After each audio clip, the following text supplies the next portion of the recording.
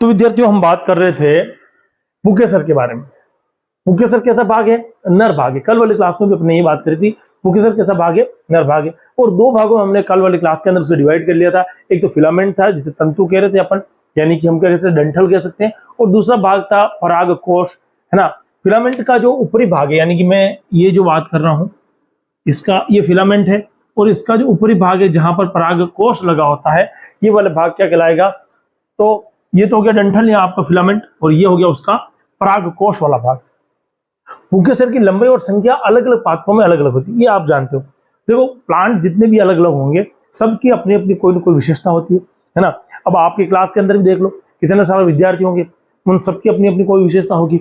तो जाति, प्रत्येक जाति, यहाँ पर जाति शब्द की स्पीसीज के लिए आएगी। जैसे मटर है उसके अंदर क्या होगा? 9+1 का रेशो होगा, और ये आप जानते हैं 9 कैसे हैं? संयुक्त हैं। आपने देखा होगा अगर मटर को, तो 9 जो है पुकेसर संयुक्त है और एक पुकेसर अलग दिखेगा। तो मटर के अंदर 9+1 का है। गुड़हल के अंदर आप जाएंगे तो इनफाइनाइट है, यानी कि असंख्य प्रकार के परागकोश आ जाएंगे। हाँ, गुड़हल की अगर आपने संरचना देखी हुई है तो गुड़हल में चारों तरफ जो दिख रहा है आप लोगों को, साइड में जो चारों तरफ जो दिख रहा है उसमें क्या होगा? वो संरचना किसकी बनी हुई है? ये परागकोश की बनी हुई है, परागकण की बनी हुई है। यानी कि देखो यहाँ पर एक चीज और, एक शब्द और सुन लो, परागकोश भी शब्द आएगा, परागकण भी शब्द में आएगा, है ना, और पुकेसर भी शब्द में आएगा। तो डंठल जो चारों तरफ बने हुए हैं वो परागकोश के ऊपर वाले भाग है। परागकोश तो ऊपर वाला भाग हो गया। ये क्या है? पराग पुकेसर के भाग है। ये पूरा पूरा क्या कहलाएगा? ये वाला यहाँ से यहाँ तक क्या कहलाएगा? पुकेसर है ना। तो प्रत्येक प्लांट के अंदर पुकेसरों की संख्या क्या होती है? अलग अलग होती है।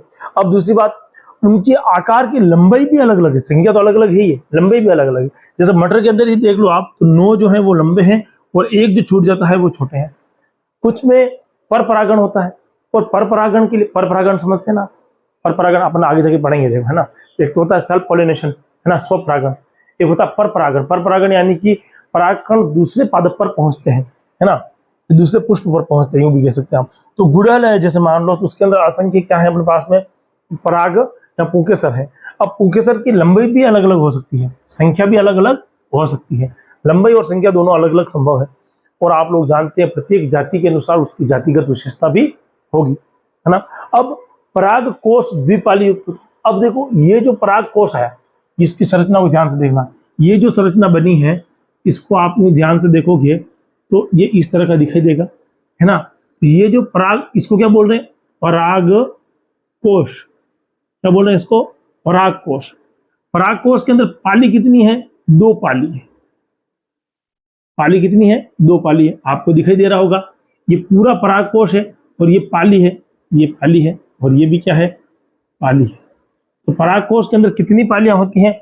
2 पाली होती हैं। इसी कारण इसे अपन द्विपाली संरचना कहते हैं। इस संरचना को क्या कहते हैं? पूरी संरचना को कहते हैं द्विपाली। द्विपाली, मेरी बात को समझना, दीपावली नहीं है, द्विपाली है, 2 पाली है, द्विपाली। प्रत्येक पाली के अंदर 2 कोष्ठ होते हैं, है ना, प्रत्येक पाली।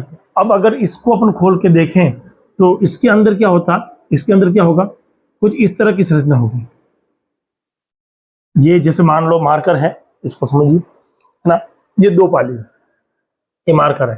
पर अब इसमें आपको इसको समझने के लिए कुछ इस तरह का मार्कर का यूज करते हैं अपन, ताकि आपको अच्छे ढंग से समझ में आए। ये 1 पाली होगी, 2 कोष्ठ की मिलकर 1 पाली, और 2 कोष्ठ की मिलकर दूसरी पाली। अब ये सब जुड़े हुए हैं, आपको ऐसी संरचना दिख रही है। ये जो संरचना है ये एक्चुअल में 4 है ना, और ये जो आपको ये का यही है, ये 4 है। अब 1 पाली बोल रहा हूँ, 2 पाली, 1 पाली ये रही, 1 पाली ये रही, ये 2 पाली होगी आपके पास में। अब दोनों पाली के अंदर कोष्ठ कितने हैं?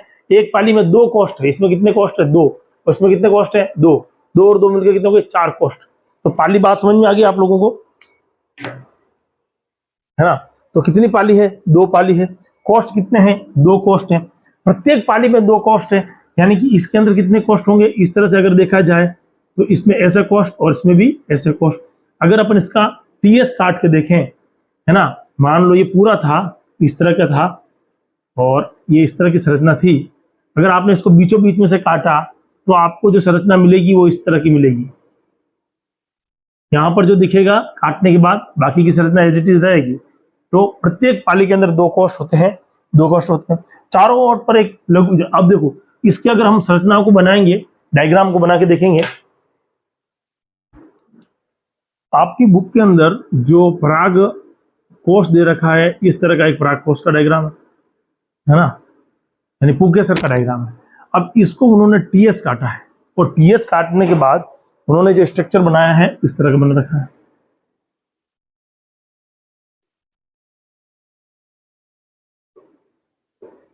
अब ये अगर इसी भाग को अपन इस तरह से बीच में से काट रहे हैं, जैसे ये पेन है ऐसे काट रहे हैं, तो आपको गोल ही दिखाई देगा ना, तो यहां पर हमको लघु बीजाणु धानियां दिखाई देगी चारों कोने पे। मेरी बात को आप समझ गए? तो यही बात मैंने यहाँ पर लिखी है, चारों कोनों पर लघु बीजाणु धानी समाहित होती है। चारों कोनों पर क्या होंगी? लघु बीजाणु धानियां पाई जाती। लघु बीजाणु धानी का भविष्य में क्या होगा? ये पराग पुट्टी का निर्माण करेगी। किसका निर्माण करेगी? पराग पुट्टी का निर्माण करेगी। और इसके अंदर, इस पूरे पराग कोश के अंदर, है ना, ये जो पराग कोश है पूरा का पूरा, पराग कोश के अंदर कितनी पालियां हैं? 2 पालियां हैं। दोनों पालियों के अंदर प्रत्येक पाली में कितने कोष्ठ हैं? 2-2 कोष्ठ है। टोटल कितने कोष्ठ हो गए? 4 प्रकोष्ठ हो गए। चारों कोष्ठ के अंदर क्या होते हैं? तो बहुत सारे पराग कण पाए जाते हैं। क्या पाए जाते हैं? बहुत से पराग कण पाए जाते हैं। बहुत से पराग कण पाए जाते हैं। इस प्रकार से अगर हम देखें तो पराग कण के विषय में आपको थोड़ी सी जानकारी हो जाएगी, और इसमें आप लिख भी पाएंगे। अगर हम पुंकेसर की, फिर से बता रहा हूं मैं, पुंकेसर की बात कर रहे हैं, अगर प्रश्न आता है पुंकेसर को सचित्र वर्णन कीजिए, तो आपको ये सब बातें तो उसके अंदर लिखनी ही लिखनी है, कम से कम ये सारी बातें लिखनी है। तो ये सब चीजें पढ़ने के बाद में हम लोग क्या कर रहे हैं, अब बात करते हैं कि लघु बीजाणु धानी क्या है, उसको समझने की कोशिश करते हैं। पहले एक डायग्राम के थ्रू उसको समझने की कोशिश करते हैं, और फिर इसको होते हैं। सबसे पहले हमने बात करी थी एक फ्लावर की, एक चित्र की। ये देखो, ये एक फ्लावर बना लेते हैं अपन। ये आपके पास में बीजांड हो गया। यहाँ पर आपके पास में ये पुंकेसर लगे हुए हैं, थोड़ा लंबे कर देता हूँ उसको। ये वृत्तिकाग्र हो गया, ये पुंकेसर लगे हुए हैं, ये भी पुंकेसर लगे हुए हैं। और ये आपके पास में जो आया, ये बाह्य दल है, बाह्य दल है। ये इसके ऊपर जो होता है वो दल है, और ये पुंकेसर है, और ये जायांग यानी स्त्री केसर है, स्त्री है, जिसको आप वर्तिका भी कहते हैं, वर्तिका। और ये सबसे ऊपर वाला भाग वर्तिकाग्र है, वर्तिकाग्र है। हम पर्टिकुलर इसकी बात कर रहे हैं। तो ये जो आया हमारे पास, फिलामेंट या तंतु आया, फिलामेंट आया, और फिलामेंट के ऊपर की तरफ इस तरह की जो संरचना होती है, जिसे बोलते हैं पराग कोश, ना, पराग कोश। पराग कोश को जब हम पकड़ के इसको इधर निकालेंगे, और ये पराग कोश को हमने निकाला, इसको हमने ऐसे काट के देखा, तो पहले संरचना कैसी दिखती है ऊपर से देखें अगर, तो पराग कोश की संरचना हमको जो दिखाई देगी वो कुछ इस प्रकार से दिखाई देगी। यूं होगा, यूं होगा, और इस तरह से दिखाई देगी पराग कोश की संरचना, है ना। तो इसके अंदर कितनी पालियां हैं अगर कोई कहे हमको, तो देखो पराग कोश के अंदर 2 पाली है, पाली नंबर 1 और ये पाली नंबर 2, 2 पाली होगी। प्रत्येक पाली के अंदर कितने कोष्ठ बने हुए हैं? अगर कोष्ठ की बात करूं, कोष्ठ की बात करूं, तो कितने कोष्ठ बने हुए हैं? 2 कोष्ठ बने हुए हैं। प्रत्येक पाली के अंदर कितने कोष्ठ बने हुए हैं? 2 कोष्ठ बने हुए हैं। इन कोष्ठ के अंदर क्या पाया जाएगा? लघु बीजाणु धानी। इसी पर निर्माण किसका होगा? लघु बीजाणु धानी। तो हम अब बात जो कर रहे हैं इस पॉइंट की कर रहे हैं, इसकी बात कर रहे हैं, इसकी बात कर रहे हैं। चलिए इसको मैं मिटा देता हूं। अब बात आती है लघु बीजाणु धानी। हेडिंग डालेंगे लघु बीजाणु धानी। देखो लघु बीजाणु धानी जो शब्द आया है, लघु बीजाणु धानी, इसमें 2 प्रकार की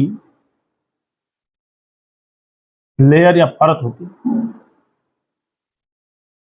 परत होती है, कितने प्रकार की परत होती है? 2 प्रकार की। एक तो होती है पोषण के लिए, एक होती है सुरक्षा के लिए, सुरक्षा परत,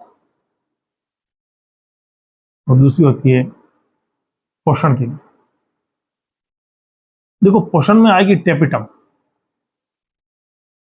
टेपिटम ये सबसे भीतरी है, सबसे भीतर वाली परत जो पोषण देती है, पोषण प्रदान करती है। अच्छा, एक और बात क्या है कि इसमें जीव द्रव्य सघन होगा। जीव द्रव्य कैसा होगा? सघन होगा। सघन का मतलब क्या? बहुत ज्यादा जीव द्रव्य होगा। इसमें जीव द्रव्य कैसा होगा? सघन होगा। और इसमें केंद्रक एक से अधिक होंगे। शॉर्ट में नहीं निपट रहे हैं हम, इसको पूरा पढ़ रहे हैं, इसलिए ध्यान देना, बहुत इंपॉर्टेंट टॉपिक है। इसकी बात कर रहा हूं मैं टेपिटम की बात कर रहा हूं। और ये सबसे आंतरिक परत है, सबसे अंदर वाली परत है ना। केंद्रकों की संख्या ज्यादा होगी। अगर मैं बात करूं सुरक्षा की दृष्टि से, तो इसमें 3 परत होगी। सुरक्षा की दृष्टि से कितनी होगी? 3 होगी। पहली परत आएगी एपिडर्मिस, सबसे बाह्य आवरण, सबसे बाह्य आवरण परत ना। देखो ये कौन सी है? एपिडर्मिस की बात की। सबसे बाहर किसकी आई? एपिडर्मिस। सेकंड लेवल पर हमारे पास में आएगा एंडोथीसियम। एंडोथीसियम। और तीसरे नंबर पर हमारे पास आएगी मध्य। तीसरे पर कौन सी आएगी? मध्य परत। हमने टेपिटम की बात भी करी और मध्य परत की बात भी करी। एक बार इसको उतार लीजिए, किस प्रकार से डायग्राम होता है उसको समझने की कोशिश करते हैं। कहाँ कहाँ पर किस प्रकार से। सबसे पहले एपिडर्मिस आएगी, उसके बाद एंडोथीसियम आएगी, उसके बाद मध्य परत आएगी। और सबसे अंदर वाला जो भाग बनाएगा वो कौन सा होगा? टेपिटम का होगा। पोषण प्रदान करने का काम करता है। भित्ति के हिमकों का सबसे अंदर वाली भित्ति होगी ये। और इसमें जीव द्रव्य क्या होगा? सर्वाधिक सघन मात्रा में होगा। और केंद्र के अंदर क्या होगी? संख्या बहुत ही ज्यादा होगी। एक बार इसको उतार लीजिए आप फटाक से। नेक्स्ट यहां पर एक शब्द और आता है, उसकी चर्चा भी हम करेंगे। लघु बीजाणुधानी। बताइए, लघु बीजाणुधानी जो है उसके डायग्राम को थोड़ा समझने की कोशिश करेंगे, बना के समझेंगे। देखिए बीचों बीच में मान लेते हैं इस प्रकार की एक कोशिका है। इस प्रकार की एक बड़ी सी कोशिका है, इस प्रकार की। और इसके चारों तरफ इस प्रकार का एक आवरण वाली कोशिकाएं बनती है।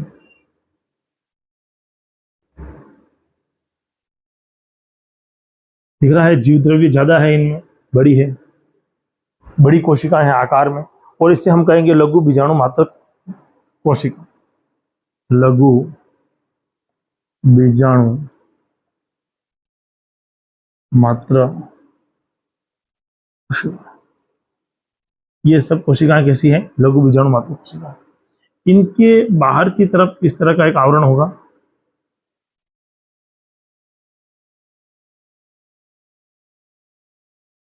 आकार में थोड़ा सा अलग दिख रहा होगा आपको, अब और अलग दिख रहा होगा। ये जो है वो टेपिटम है। ये आवरण जो दिख रहा है वो टेपिटम। मैं इसको दिखाने के लिए आपको इस तरह से कर रहा हूं ताकि आपको नजर आ जाए कि ये टेपिटम है। थोड़ी सी अलग मैंने शेप देने की कोशिश करी है। ये टेपिटम है। इसके बाद की जो संरचना बनती है वो चपटी सी होगी आपके पास में, थोड़ी सी दबी हुई सी संरचना।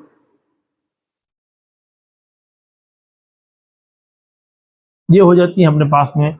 ये देखिए, ये जो है ना, ये पूरी यहां से आती है, वो है मध्य परत।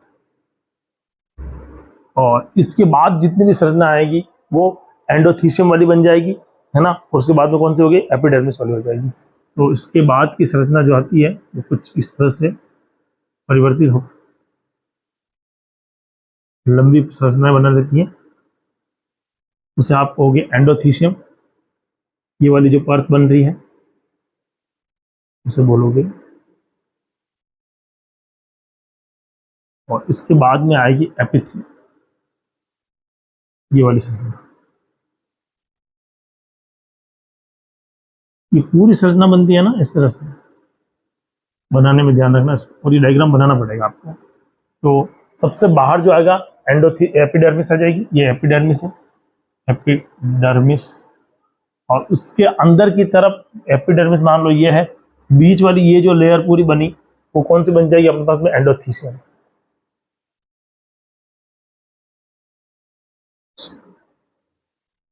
तो इस प्रकार से इस संरचना को समझने की कोशिश करनी है आपको। साथ साथ में मैं एक चित्र और लगा देता हूं ताकि आप इसको अच्छे ढंग से समझ पाओ। कंप्लीट है, इसको उतार लिया आप लोगों ने। देखिए बीजाणु